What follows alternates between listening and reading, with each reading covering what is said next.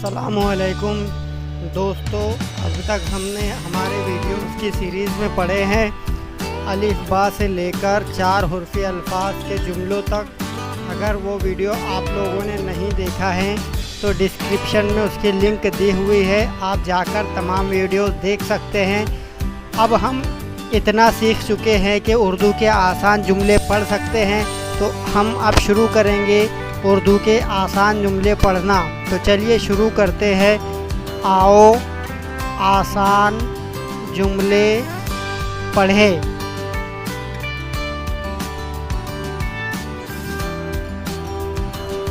अलिफ मद आ जीम आज, अलिफ मद सीन ज़बर आस, मीम अलिफ नून ज़बर मान आसमान। बड़ा स्वाद अलिफ फा ज़बर साफ है, आज आसमान बड़ा साफ है। तारे ते अलिफ ता रा या ज़ेर रे तारे चमक रहे हैं। पूनम पावा पेश पू नून मीम ज़बर नम पूनम का चांद नज़र आ रहा है।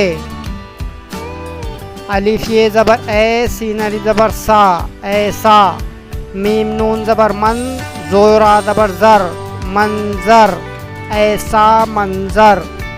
मुझे मीम पेश मुँह जीम झाया ज़ेर झे मुझे। अच्छा अलिफ छा ज़बर अच्छा अलिफ ज़बर छा अच्छा लगता है। तो आज हमने पढ़े हैं आसान जुमले।